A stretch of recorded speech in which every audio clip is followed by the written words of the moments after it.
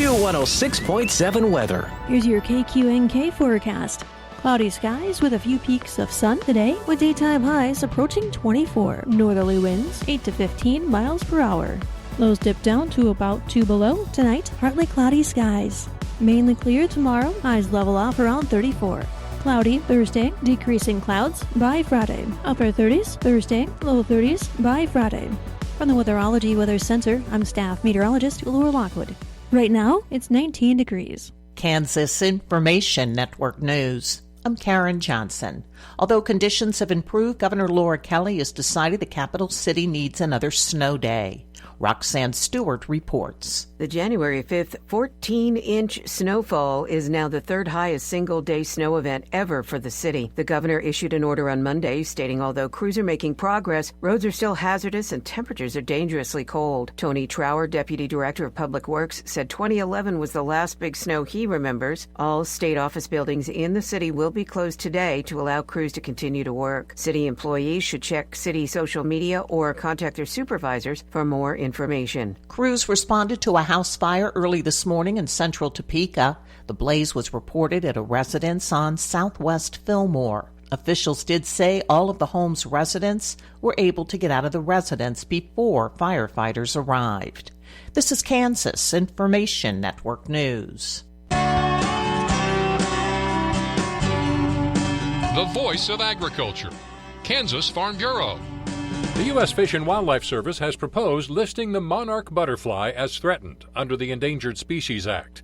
Shelby Hagenauer, Senior Director of Government Affairs for Farm Bureau, says this designation is a mixed bag for agriculture. For example, this proposal, routine agricultural and ranching practices are allowed with some limitations. Hagenauer says the listing isn't set in stone, as the designation still has to go through a 90-day comment period. On March 12th, the public comment period closes, and then the Fish and Wildlife Service takes all those comments and goes back and either decides to change the proposal. They can change how they want to implement the proposal. So there's some flexibility for the service next year as they look at finalizing this. Listen again here for more from the voice of agriculture, Kansas Farm Bureau.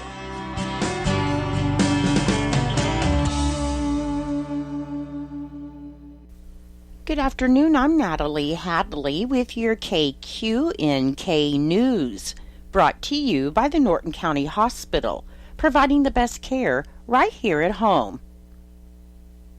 The state of Kansas ended December 2024 with total tax collections at $1.1 billion, and that's $66.7 million, or 6.3% above the estimate. Total tax collections are up 8.1% from December 2023.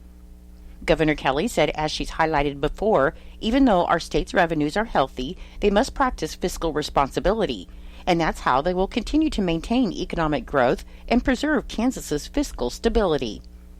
Individual income tax collections were $451.5 million, $31.5 million above the estimate, and up 13.7% from December 2023.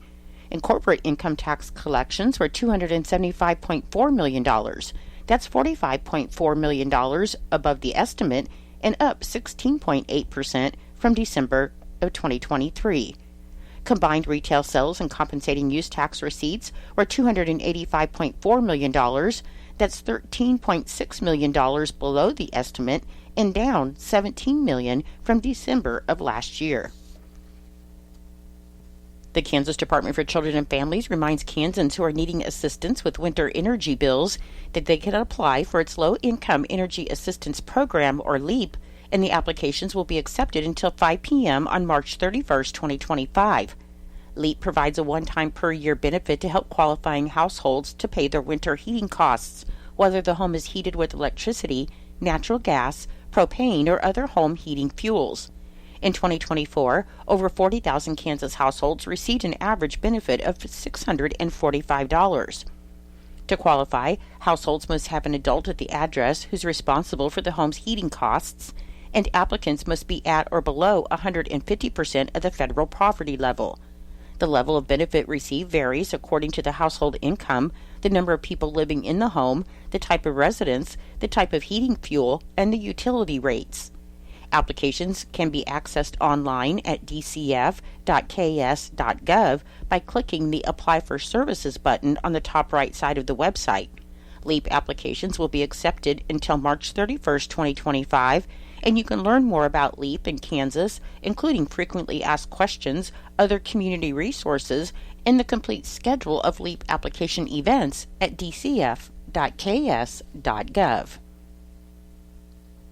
Lieutenant Governor and Secretary of Commerce David Tolan encourages job seekers and employers who are interested in health care and social services to take advantage of this month's virtual job fair that's hosted by Kansas Works from 8 a.m. to 5 p.m. tomorrow, Wednesday, January 8th. Tolan said Kansas healthcare and social service entities are searching for new staff, whether you are entry-level or an experienced professional looking for a new opportunity. He said you can take this chance to connect with leading employers in healthcare and other vital industries and explore the open opportunities to further your career in a caring profession. The virtual job fair allows for anyone searching for a new position to fill out applications, chat live, and interview virtually with participating employers. And the virtual job fair portal features helpful information such as a job seeker training video, a list of participating employers, and channels for the attendees to register and log in. Job seekers are also encouraged to dress professionally, as employers may request to engage in a video interview. Candidates can participate through any digital device, and any individual with a disability may request accommodations by contacting their nearest workforce center at 877-509-6757 prior to the event. Registration is required to participate in virtual job fairs regardless of your previous participation. And to register or for more information, you can visit kansasworks.com. I'll be back with more in just a moment. Happy holidays from Norton County Hospital and Clinics. The holidays can bring extra calories and stress, but staying active can help balance it all. This season, we encourage you to give yourself the gift of health. Try indoor workouts, outdoor walks, dancing, or winter sports. Small changes like taking the stairs also add up. Stay active this season for better health and less stress. Let's make this winter your healthiest yet.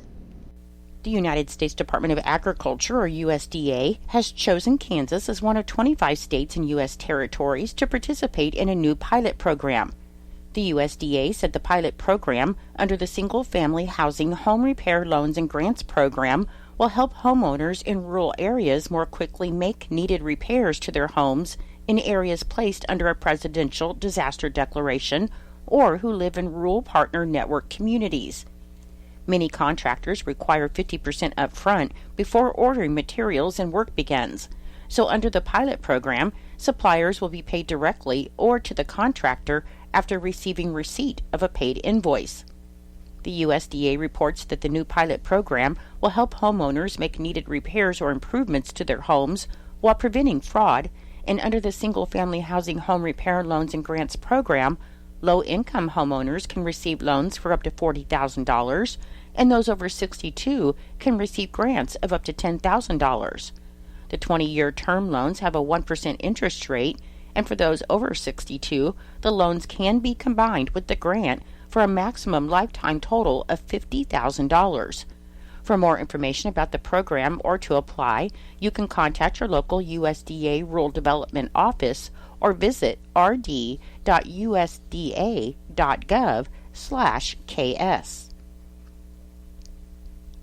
Smoky Hills PBS invites young writers from grades 1 through 5 to unleash their creativity, craft an original story, and submit it for a chance to win exciting prizes and recognition as the PBS Kids Writers Contest for 2025 is officially underway and will end on February 24, 2025.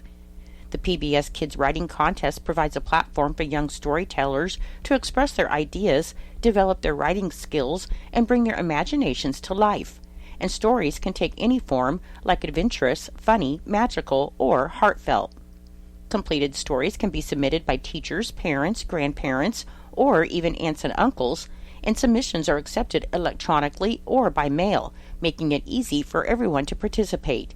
Just visit smokyhillspbs.org for the contest rules and a printable entry form.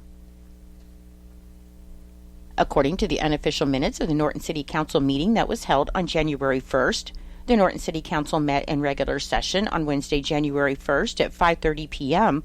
with Mayor Jerry Jones presiding, and the council members present were Andrew Black, Dale Jacobson, Jason Jones, Gerald Jones, Dennis Gilhausen, and Jim Miller, along with others to present business or observe. Chief of Police Jay Sharp reported on department activities, and City Administrator James Maru stated that he would like to look at increasing wages for the temporary employees.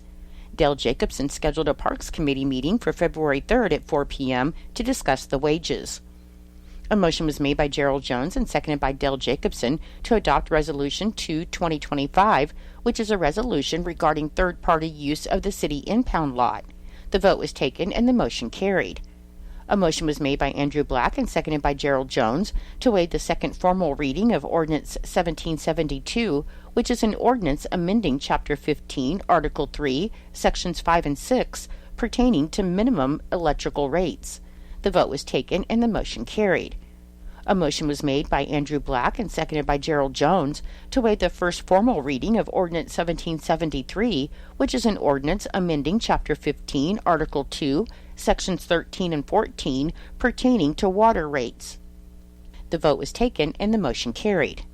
Jason Jones stated that there are a few major street signs that are not turned correctly, specifically at State and Washington, State and Main, and State and Lincoln, and James stated that he would have the Public Works crew fix them. Jason stated there will be a Personnel Committee meeting at 3:30 p.m. on February 27, 2025, and Gerald Jones scheduled a Public Safety Committee meeting at 4 p.m. on January 7th.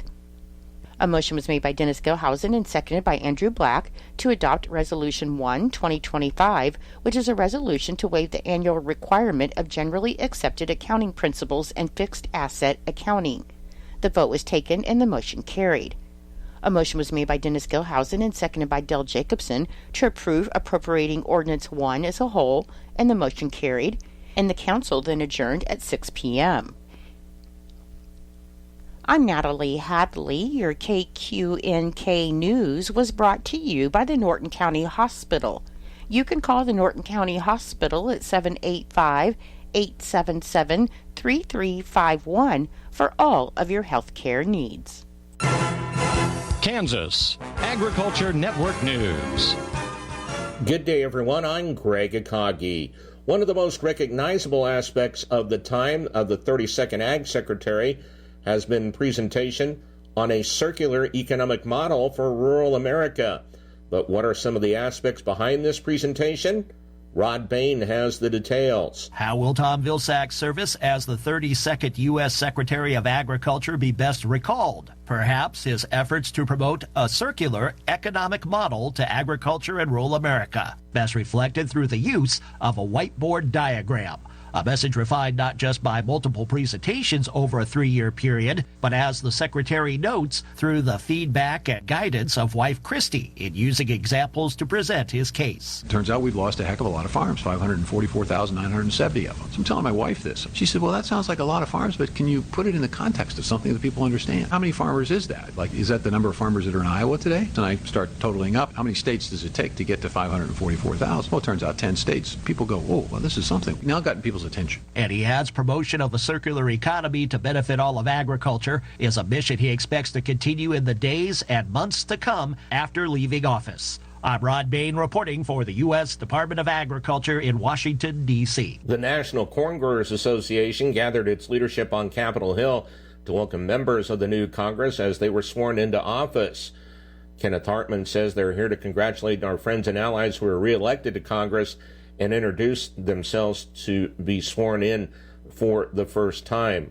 Hartman is the president of the National Corn Growers Association. The National Cattlemen's Beef Association congratulated Speaker of the House Johnson for his successful reelection to the 119th Congress as well. You're listening to Ag News here on the Kansas Ag. ValleyVet.com Cattlemen, now is a good time to add a Powder River tub and alley system to your handling facilities. Built tough for the long duration, you will appreciate the convenient features of Powder River equipment made in the USA since 1938. From slant bar feeder panels, heavy-duty gates and corral panels to squeeze chute choices for the ranch, your cattle working hours will become more enjoyable and much more efficient. For tax planning purposes, many producers are now upgrading their cattle handling equipment as a prudent investment in their future operation. View the strong green line of Powder River equipment at valleyvet.com. There you'll find exceptional value and a large selection of meds and more shipped fast and free on most orders over $75. Find your ranching needs at valleyvet.com or shop their store in Marysville. Valleyvet.com, valleyvet.com, Valleyvet Supply. Kansas Agriculture Network weather. This is meteorologist Steve Hamilton for the Kansas Agriculture Network. The cold air will hang around our state today with a warm-up due tomorrow in the western counties, but chilly air will stay in place in eastern Kansas all the way into the weekend. Low pressure is off to the west, and that'll move some clouds over our state today, but we will also have some sunshine. By tomorrow, a low-pressure lee trough will form over eastern Colorado, and as usual, that'll boost the temperatures for about the western third of our state. Cold air will stay in the lower elevations in eastern Kansas with teens and 20s tomorrow. Statewide today, it looks like we'll be staying in the 20s with a few clouds. On the map, not too much going on for us. We have high pressure from the northern plains sliding down into our area with that cold air. That'll keep things chilly for the central plains today. There'll also be a little bit of cloud cover at the mid and high levels with low pressure over eastern Colorado. Very cold again overnight. Clear skies allowing the temperatures to drop into the single digits for most areas, but it will be colder in north central Kansas. Our lows getting down to about -5 or even lower. We'll have light wind and clear skies. Tomorrow morning, high pressure is centered right over Kansas. A low-pressure lee trough will develop by about midday over eastern Colorado, so highs will be back in the 30s for our western high plains. The denser cold air will stay put in the lower elevations of our eastern counties. This afternoon in northwestern Kansas, mid-20s, 0 to 5 above for the overnight lows. Low 20s north central tonight, 0 to 5 below. Upper teens and low 20s in the northeast counties, around 0 overnight. Low to mid-20s in the southwest counties. Tonight we're in the single digits. Low to mid-20s south central, 0 to 5 above for the overnight hours. Low to mid-20s southeast and single digits overnight. This is the Kansas Agriculture Network. And we're live here outside the Perez family home, just waiting for the... And there they go! Almost on time this morning. Mom is coming out the front door strong with a double-arm kid carry. Looks like Dad has the bags. Daughter is bringing up the rear. Oh, but the diaper bag wasn't closed. Diapers and toys are everywhere. Ooh, but Mom has just nailed the perfect car seat buckle for the toddler. And now the eldest daughter, who looks to be about 9 or 10, has secured herself in the booster seat. Dad zips the bag closed, and they're off. But looks like Mom doesn't realize her coffee cup is still on the roof of the car. And there it goes. Oh, that's a shame. That mug was a fam favorite. Don't sweat the small stuff. Just nail the big stuff, like making sure your kids are buckled correctly in the right seat for their age and size. Learn more at nhtsa.gov/the right seat. Visit nhtsa.gov/the right seat. Brought to you by NHTSA and the Ad Council.